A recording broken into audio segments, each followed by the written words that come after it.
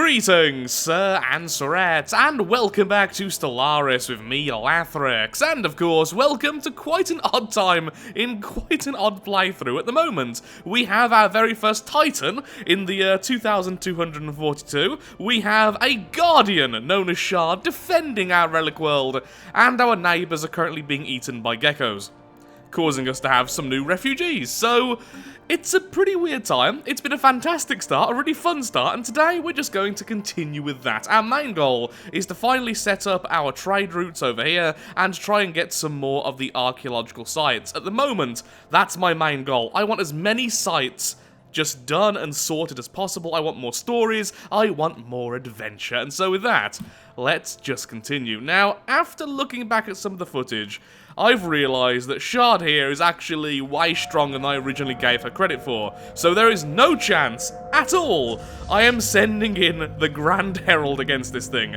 until we have at least enough fleet power where we can kill a normal Drake. I'm assuming this thing has about the same power, maybe more. On the upside, with the Relic world, as long as we have a station here with a trade section, I think I can still get all of the trade value from it. But either way, we just need to focus on science and energy. That's going to be the main thing for this world. Science, energy, and rare materials. But seriously, the Relic world will become incredibly powerful. So with that, construction vessel is over here.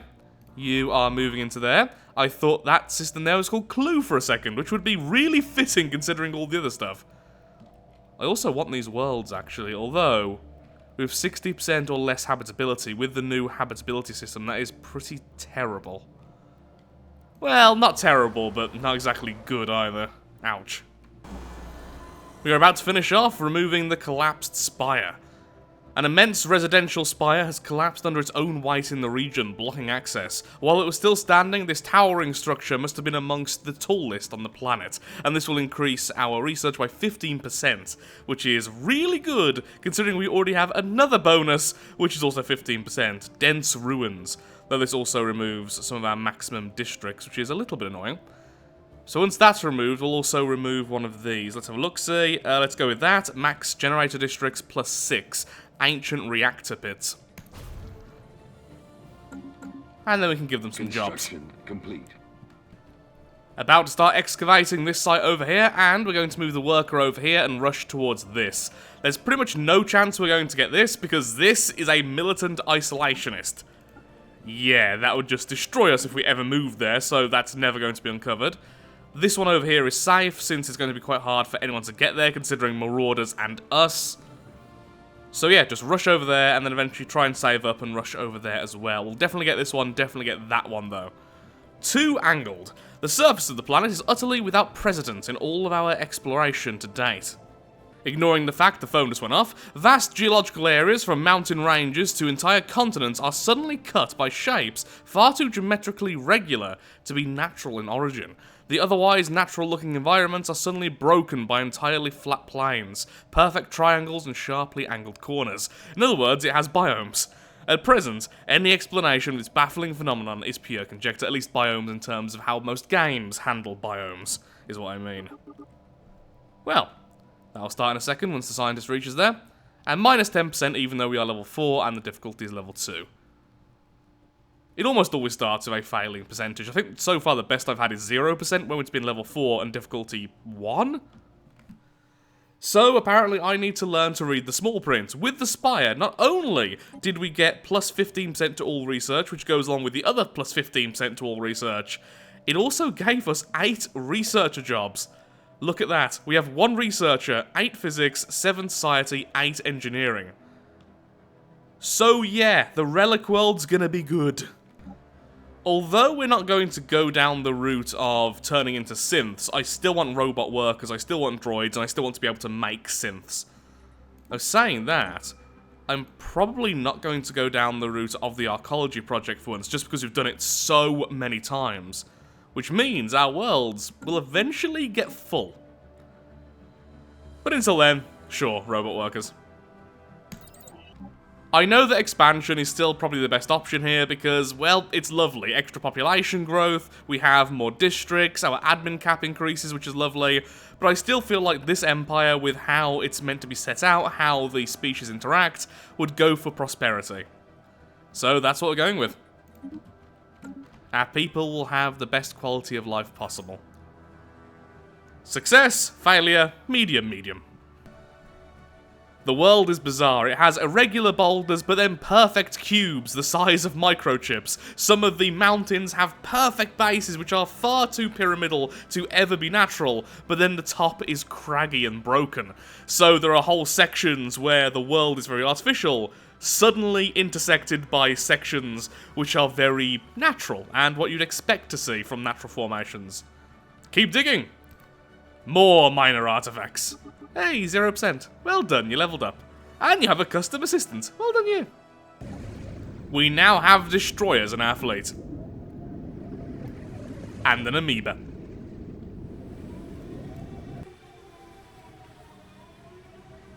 Okay. Let's be nice to the titanic life on the planet. Updated. We are xenophiles, after all. Never actually done this one before. I've always gone with the regular one, which simply gives you the ability to recruit the giant life as an army. Would it be in the best interests of our allies to destroy this empire? Because right now, sadly, I can't attack them and convert them because they are fanatical purifiers. If I go to war, end threat, that's it. War is waged to end the threat to galactic civilization. They are an empire dedicated to wiping out all other life in the galaxy. I think, really, it wouldn't be evil to go to war with them. But, at the same time, I don't particularly want to war at all. But at the same time, I do have a Titan, and unleashing that would be a very easy thing. We could probably crush a lot of them. Though, Titans, with their large weaponry, do struggle versus things like Corvettes. But they also make really good tanks, because everything goes after them, and they also increase the fire rate of our fleets. It would be good to grab all of this, then what we could do is either keep it, or give it back to their original owners. Depends how nice we are. We're not fanatic pacifists, but we are xenophiles as well. And they are sort of killing our allies, so if we do nothing, we are essentially allowing this to occur, so maybe it is for the greater good. I'll have a think. We have found a doorway on one of our planets, so that's good. Log updated. Always want dimensional portals spawning on your planet. Weirdly, that is actually the case in this game, since normally they give you great bonuses. Can we have some more alloys, please? Thank you. Grand design. The discovery of the first crashed flying machine set us on the right path and led to the discovery of a multitude of similar crash sites littering the surface of the planet.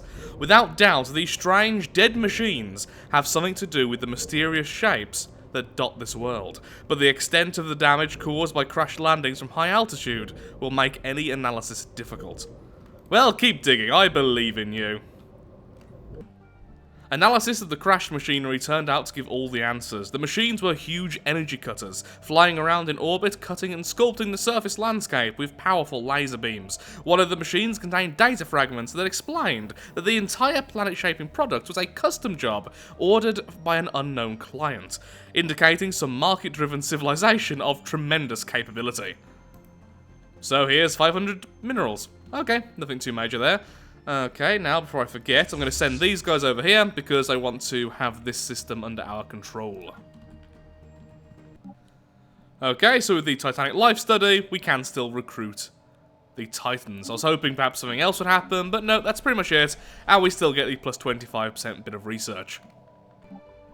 Time for the Titan to earn its keep. Lovely.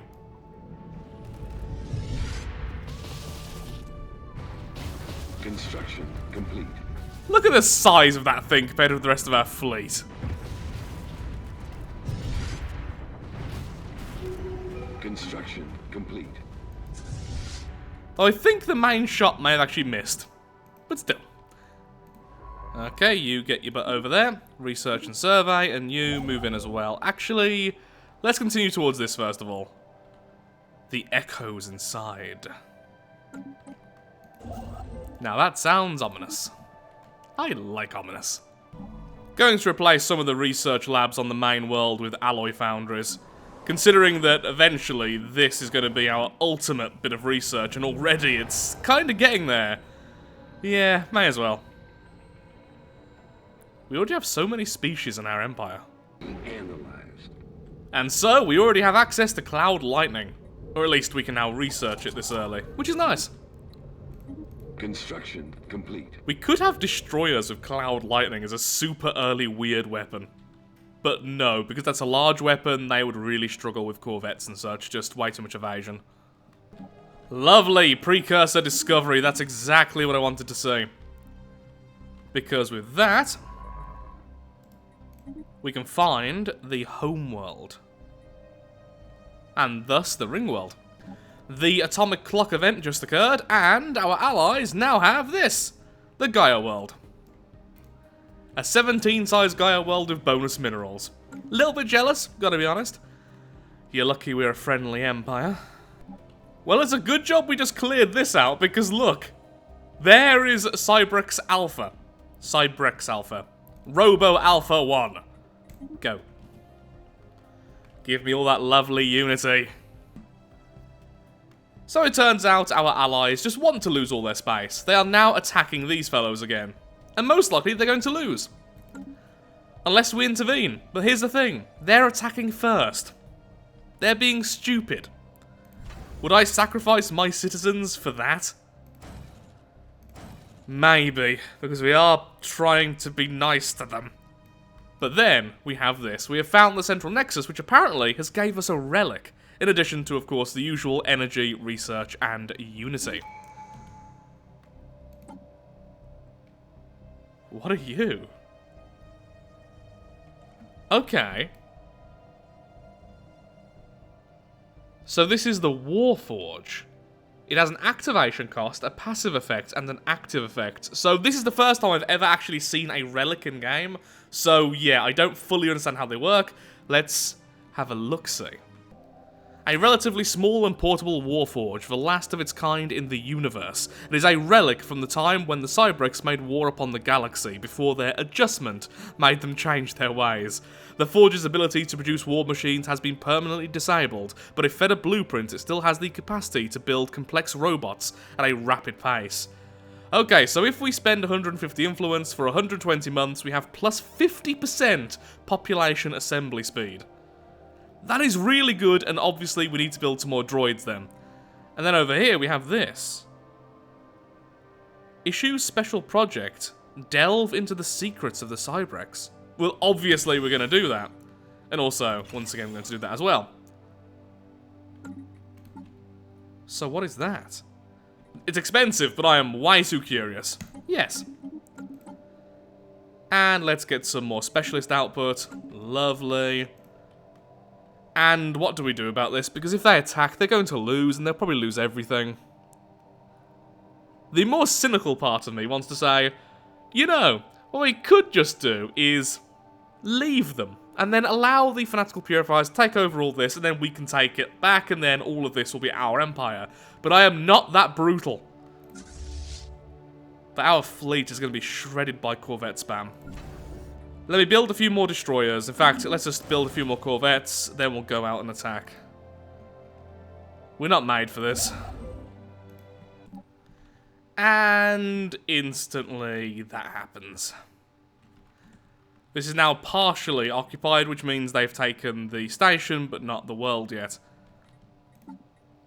Why on earth did you declare war? Okay, to save the idiots. Let's go. And of course, our landing forces will be made up completely of the brute group.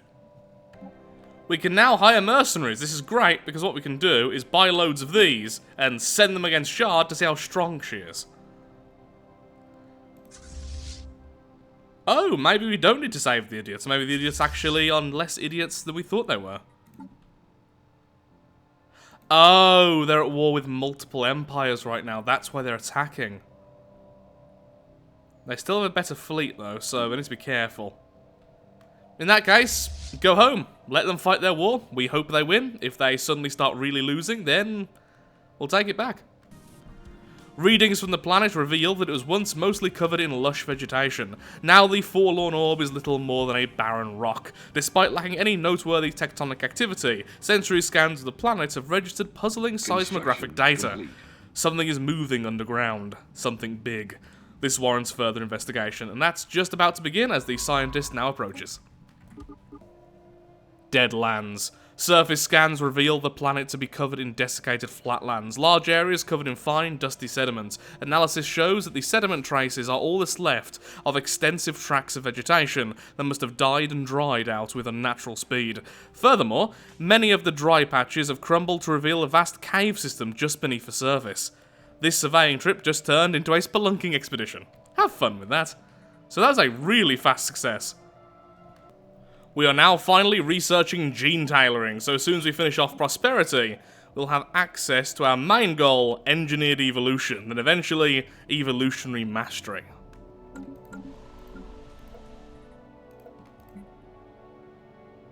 Why is there an unemployed when they clearly have a clerk job available? There we go.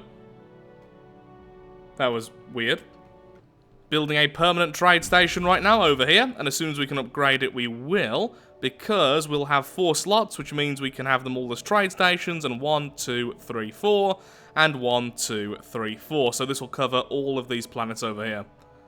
Just need to make sure this area is safer, so eventually I will need a bastion over here, but we could just have a patrol for now. Using sonar mapping to plot out the vast subterranean network, it eventually became evident that all of the caves are interconnected. We have uncovered a massive web of tunnels that crisscross the entire surface of this world.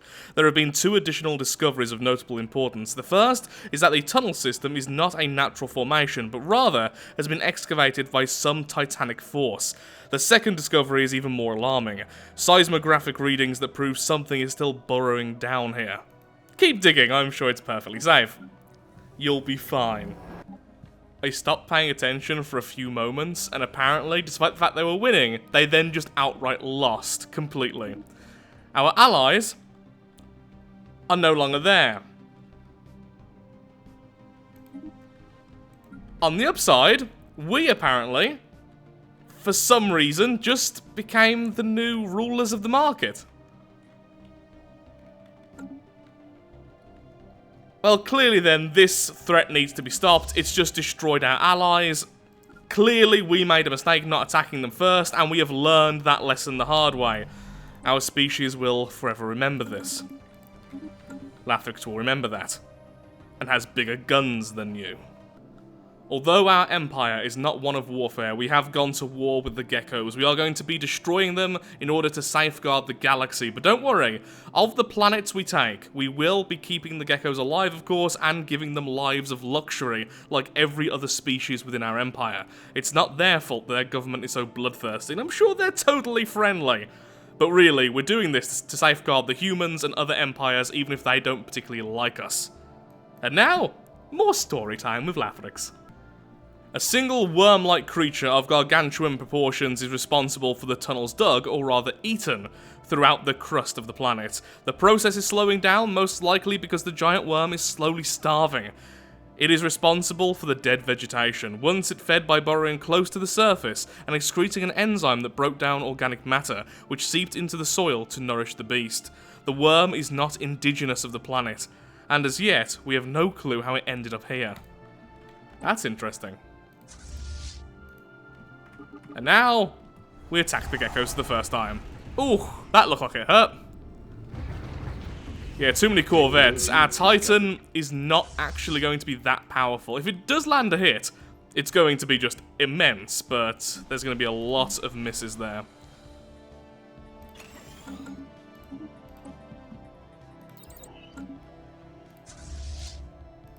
Okay, ground forces.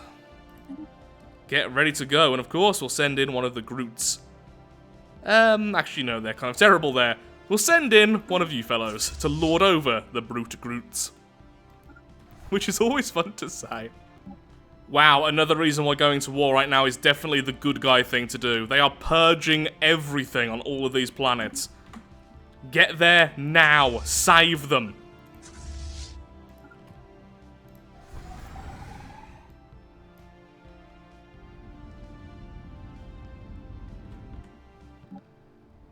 Construction complete. Oh, all of the shield, all of the armor just vanished. Construction complete.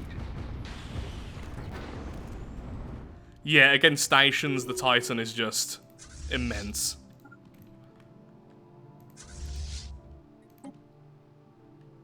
Good, we're already strong enough to land. We're about to take over the first world. We have reinforcements on the way, which are taking really weird routes. Nope, they've changed. Good, because for a second there, they were going to kill themselves. Enemy fleet. Good, first world's back. Hello there. Welcome to the Legion. Wow, good in it. A really good energy world, in fact.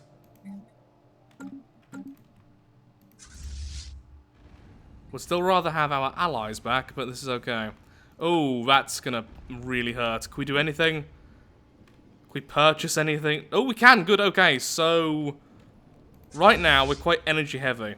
Oh, and we're weakened because there's no shields in the system. Okay, so what we need to do is grab lots of you, a couple of you. I'll grab some of you as well. Focusing crystals, that's the main one. Do we need the rest, honestly? Could have got away without buying those. Oh well. Initiating communications. Oh, please survive, Titan. Oh. Oh yeah, you are going to be a great ally. Oh no! They're losing their systems. Construction complete. But there's no fleets there, okay, so we've also saved the humans then. Survey complete.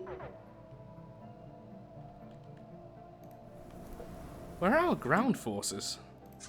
Why did you go that way? That was so silly. Stop.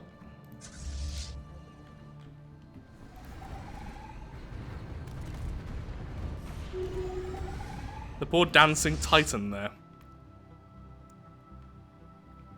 Take that, come back.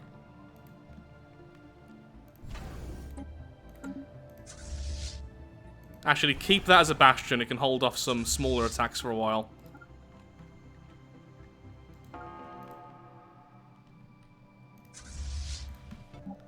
No, the humans got it back by themselves. Well done, humans.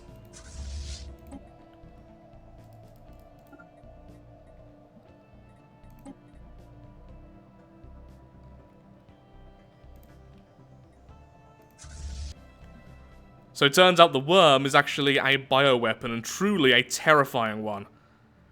They speak of a biological terror weapon. One that lies dormant in the soil of a planet until activated. It then begins to consume the whole ecosystem with devastating speed. And then later on, it goes on to say, the lava seeding project is on schedule, and soon most of the known habitable planets will have a sleeper. That is horrific, actually. And that's that done. The second planet has been captured, and this time we have the Geckos. Hopefully we can change their mind over time. This is currently active, so the xenophile F extraction is already in place. Complete. Hello there. Finally, someone will actually just like us. Lovely.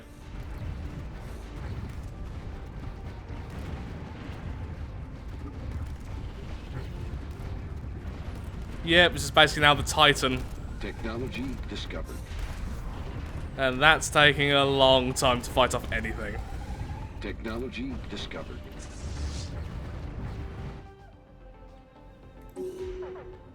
Well, I'm not losing that.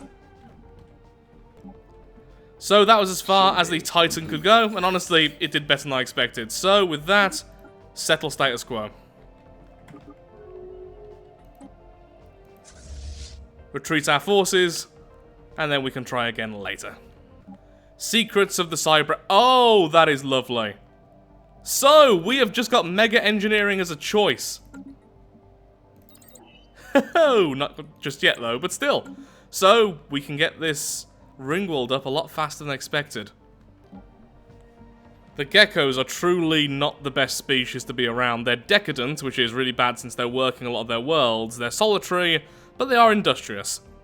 But then they have a desert preference, but they're inhabiting a lot of the tundra worlds and such. Thankfully, now we have control over this. It will mostly grow the the tundra-loving species, not the desert ones, but still. This is okay, at least.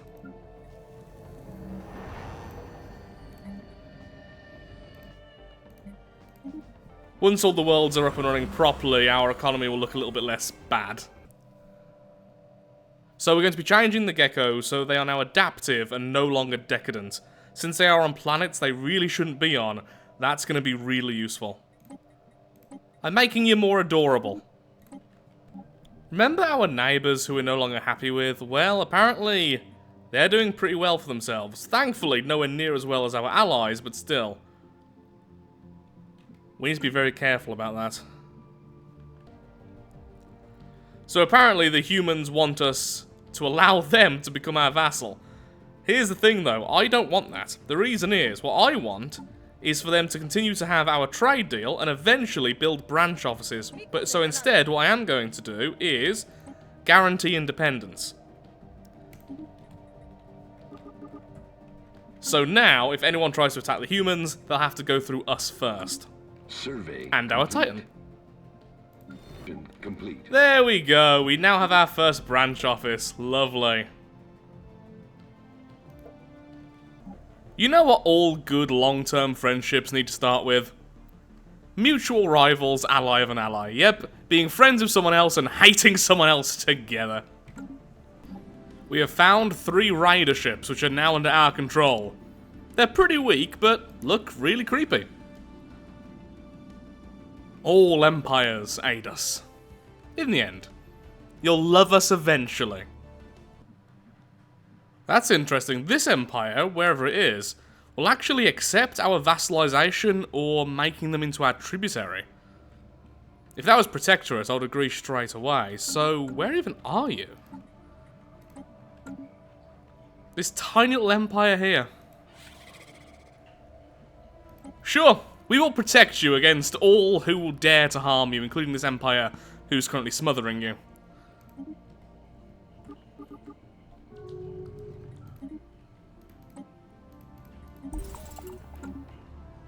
And we found yet another one of those. There we are, some nice loyal minions. The Brute Groot are no longer slow learners and are no longer sedentary, and are now rapid breeders. With their extra intelligence, they are now more willing to explore the galaxy. So hopefully they should be happier, and we continue to improve our species and improve their quality of life. And the only reason why I've actually removed slow learners is A, because it fits the theme of the Empire, but also, if we go on over to here, one thing we could have done, well at least in my head I could have done, is added slow learners back, or left it, and then grabbed something else with that 1 point, because, well, slow learners never actually affects a servile in any way. But here's the problem, because servile does indeed take up one of these slots, we have no spare slots, so we may as well just remove it. So there we are, the Brute Groot are now a lot happier. Mutation is now also being improved, losing their weakness and gaining intelligence. I've decided to simply keep Deviant, as once again it fits the whole theme of the Empire. The whole point of mutation is to mutate rapidly and change, and then try and find the best possible path through all these new thoughts and all these new forms. And that's why we're so happy to have so many different factions. Or at least the Empire's happy. I'm not happy, because less influence to play with, but it does certainly fit the theme, even if some of them aren't the happiest. Yeah.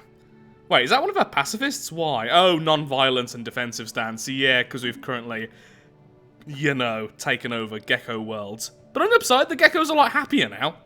Eventually they will be anyway, when they're a bit less angry at us.